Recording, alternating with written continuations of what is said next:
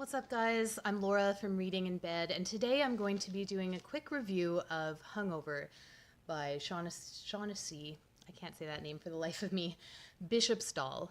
So I talked about this on a previous Friday Reads. It is a nonfiction book. It is about just what it says on the cover. The subtitle, The Morning After and One Man's Quest for a Cure. So it is about him trying to find a hangover cure and investigating, both modern and historical cures that are out there. But it is also an examination of the role of hangovers throughout history and in pop culture today. Like the Hangover movies get lots of mentions in here, among other things. And it's really interesting how hangovers seem to be almost a modern concept in a way. Like there wasn't really a word for them more than 100 years ago. A lot of it may have come about during Prohibition. So like there's lots of cool kind of facts that you'll learn. But what I found with this book is it's much more of a personal kind of journey or odyssey, right? Along the lines of actually, no, it's quite different from Super Size Me. Super Size Me is more of a scientific, I'm going to weigh in and do all these health tests before I go on my McDonald's binge and then do all the tests at the end. And that's kind of what I was expecting here and didn't get. This is much more just about him living his life, doing his normal sort of freelance journalism work, having personal problems. He has a child during the research and writing of this book. He loses a girlfriend. He loses, he moves a couple times, has various different jobs. But all the while, he is drinking heavily, frequently, and testing out all of these different hangover cures. So if you're looking for a very scientific, look at different cures and stuff, you may be a little disappointed. And at first I sort of was too. I was like, well, this wasn't really what I expected. And do I really care about this guy's, whatever experiences with just being drunk all the time? But by the end, it really did sort of come together in a way that was quite satisfying. And not only because he does eventually, in the very last chapter, tell us what his hangover cure that he swears by is, but he sort of recognizes that in some weird ways, like, do we even really want to cure hangovers, or do we as humans have some weird need to punish ourselves and sort of have that morning after thing? And he also gets in at the end about how some of us sort of weirdly relish hangovers, and I actually really related to that. Not now, and not when I had to go to work, but when I was younger and could really have a hangover day of just being a useless sack of shit for an entire day, eating junk food, watching TV. Yeah, I did sort of weirdly, or maybe not so weirdly, relish that. So I really related to that too. And I guess you could say this book, yeah, it is a bit all over the place. It is a bit messy. It is a bit... the pacing is all over, some chapters are very slow and I found kind of boring, where some are very interesting and compelling, but it sort of has to be. This is a book written by a guy who over 10 years was basically drunk the entire time and probably hungover for most of it too. So much like, say, Kat Marnell's book is sort of a manic mess. Well, yeah, she was on coke and meth the whole time, so that made sense. And this sort of has to be messy to be what it is. So overall, I do recommend it. It was a lot of fun. It's a quick and easy read, and I did learn a lot. Now, the second part of my review is going to be me testing that hangover cure. So I have to go pick up one of my kids at school now, just looking at the time. I'm going to come back, tell you about the cure. You can probably see some of these pill bottles here. And then I'm actually going to test it out as well. And you can come on that journey with me as well. So give me a sec. Okay, I'm back. So now that I've talked about the book, which, as I said, I would recommend, it was a good read, I'm going to talk about the actual hangover cure, which he does get to on page 341 if you're reading along. And if you're not reading along, he talks about it in all sorts of interviews that are very easy to find online. Just, Google his name and hangover cure. So I'm not, spoiling or giving something away that's going to affect his book sales. I don't think it's not a secret. He talks about it a lot.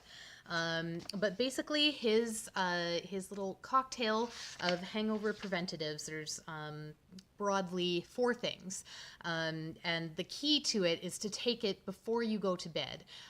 What he finds is that anything that talks about being a hangover cure, as in you take it the next day and it relieves your symptoms, is probably just a crock of shit. Like, none of it really works, you know, other than sort of trying to rehydrate yourself. And if you have access to any of those IV kind of places, that might do something. But really, you know, there's no such thing as a real cure. But he is saying that there is such thing as a preventative.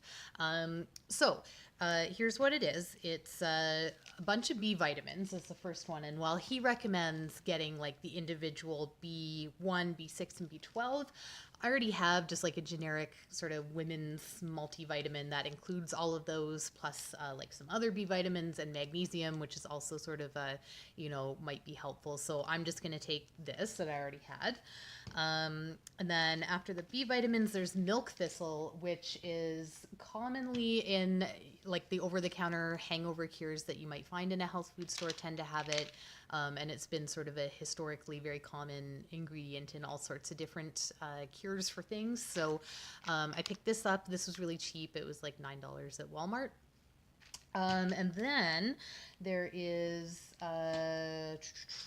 frankincense, or boswellia is what you'll see on the bottles. That's what it looks like. This was a little more expensive. This is $23 in a health food store, but it's an anti-inflammatory and it's indicated for carpal tunnel syndrome, which I have. So I'm like, you know, if this doesn't work, then maybe I can try it for that, and didn't feel too bad about spending the money on it. And he gets a lot in the book into how hangovers are really just as related to inflammation as they are to dehydration. So that's why there's an inflammatory. And then lastly, this is the one where I took a bit of a risk, because this one also cost $23, and like I have no idea if it'll really do anything for me. It's called NAC, or you know, you can kind of see the long name there. And this is something to do with digestion.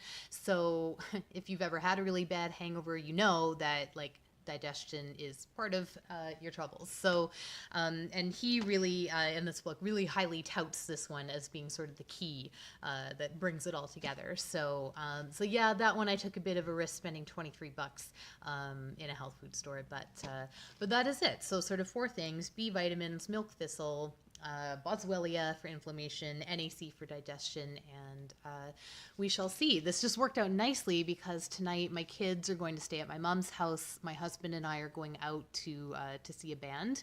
We're going to Blues on White, which if you're in Edmonton is like a legendary dive bar that has really good live music. I'm not planning to go get rip-roaring drunk or anything. I don't need to. Like, I get hangovers from having 1 or 2 drinks easily. But what I will do is just be a little less cautious. Normally, I really try to space out my drinks and have water in between and all of that. But I'm just going to sort of like not do that. You know, I'm still probably not going to have more than like 3 or 4 drinks, because I can't imagine, like, I haven't been super drunk since before I had kids. And yeah. But yeah, I'm going to have, you know, enough drinks that I should normally have a bit of a hangover tomorrow, but I will take these. It's going to be 4 pills that I have to take before going to bed, and we'll see what happens. Now, I'm not going to be vlogging while I'm out at the bar, because first of all, my husband would not appreciate that. And second of all, I mean, you know, I think you guys know what it looks like to have a drink. But what I will do is check in the morning. Might not be pretty, but yeah, we shall see. I do have some Gatorade in the fridge as a backup. So, so yeah, so that's my review of Hungover, and to come is my real life test of this supposed hangover cure. So stay tuned. What's up, guys?